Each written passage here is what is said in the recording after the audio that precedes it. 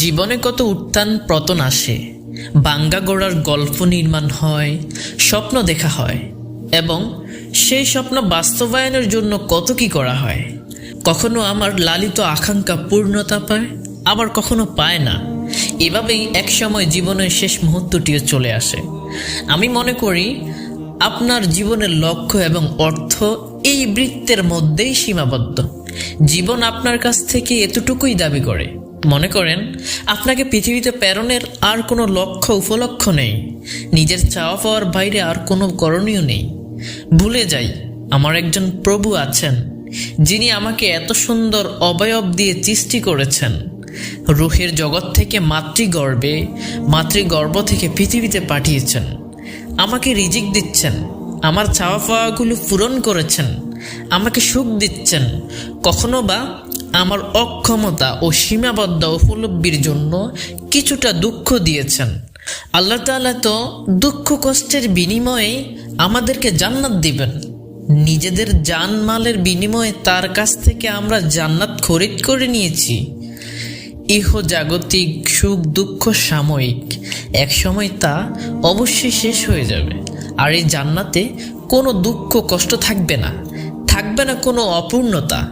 ইচ্ছে যা হবে তাই করতে পারবো। সেখানে কেবল সুখ আর সুখ, কোনো কিছু না পাওয়ার বেদনা আমাকে স্পর্শ করবে না। আজ আমরা নিজেদের পরিচয় দিতে ভুলে গিয়েছি। কেন আমরা পৃথিবীতে এসেছি তাও ভুলে গেছি। নিজেদের দায়িত্ব ও কর্তব্য পালন করা থেকে সরে এসেছি। যেই মহান আল্লাহ তাআলা আমাকে সৃষ্টি করেছেন, তার দেওয়া জীবন বিধান ছুঁড়ে ফেলে দিয়েছি। তিনি যে পথে জীবনের সুখ স্বাচ্ছন্দ্য ও নিরাপত্তা রেখেছেন তা গ্রহণ না করে অন্য পথে সুখ খুঁজে কেবল দুঃখ কষ্টই কুড়িয়ে নিচ্ছি। অথচ ভালো কাজ করলে সেটা আমারই থাকবে এবং মন্দ কাজ করলে তার ফল আমাকেই ভোগ করতে হবে। আল্লাহ তাআলা বলেন, যে সৎকর্ম করে তার নিজের কল্যাণের জন্যই তা করে, এবং কেউ মন্দ কর্ম করলে তার প্রতিফলন সেই ভোগ করবে। তোমার প্রতিপালক তার বান্দাদের প্রতি কোনো জুলুম করে না। কেউ কোনো সৎকর্ম করলে সে তার 10 গুণ পাবে, এবং কেউ কোনো অসৎ কাজ করলে তাকে শুধু তারই প্রতিদান দেওয়া হবে। সূরা আনআম।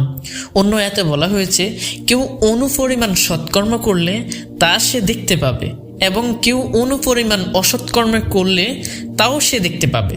সূরা জিলজাল। পৃথিবীতে অন্যায় অপরাধ করে আল্লাহর নির্দেশিত পথ ছেড়ে সাময়িক নিষ্কর্ষে আমরা ভাবছি আমার এই বিচার হবে না। এ ধারণা ভুল। মৃত্যুর পর জীবনের প্রতি মুহূর্তের হিসাব আমার কাছ থেকে চাওয়া হবে। জীবনযাপনের পূর্ণাঙ্গ কারনামা আমাকে দেখানো হবে। সেদিন সবকিছু স্পষ্ট হয়ে যাবে, মিথ্যা বলার সুযোগ থাকবে না। আমার হাত, আমার জিহ্বা আমার বিরুদ্ধে সাক্ষ্য দিবে, আমার পা আমার বিরুদ্ধে সাক্ষ্য দিবে, আমার বিরুদ্ধে কথা বলবে। প্রতিটি অঙ্গ প্রত্যঙ্গ সেদিন নালিশ জানাবে। প্রিয় জ্ঞানী ভাই ও বোন, দুনিয়ার জীবন খুবই সংক্ষিপ্ত। একদিন না একদিন বেলা ডুবে যাবেই।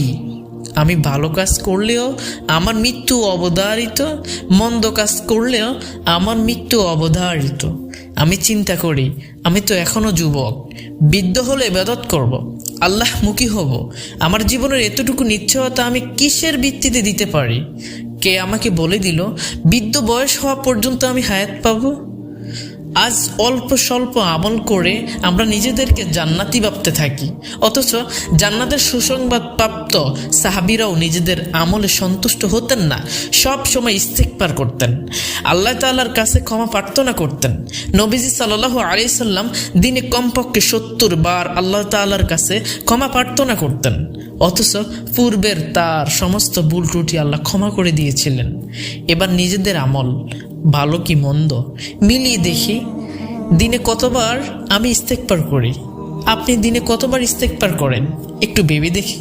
আমার আর আপনার দ্বারা কি গুনাহ হয় না? আপনি আমি নিজের প্রতি কি জুলুম করি না? তাহলে নিজেকে কতটুকু পরিবর্তন করা উচিত একটু ভেবে দেখি। প্রিয় ভাই ও বোন, নিজেকে বদলানোর সময় এখনই।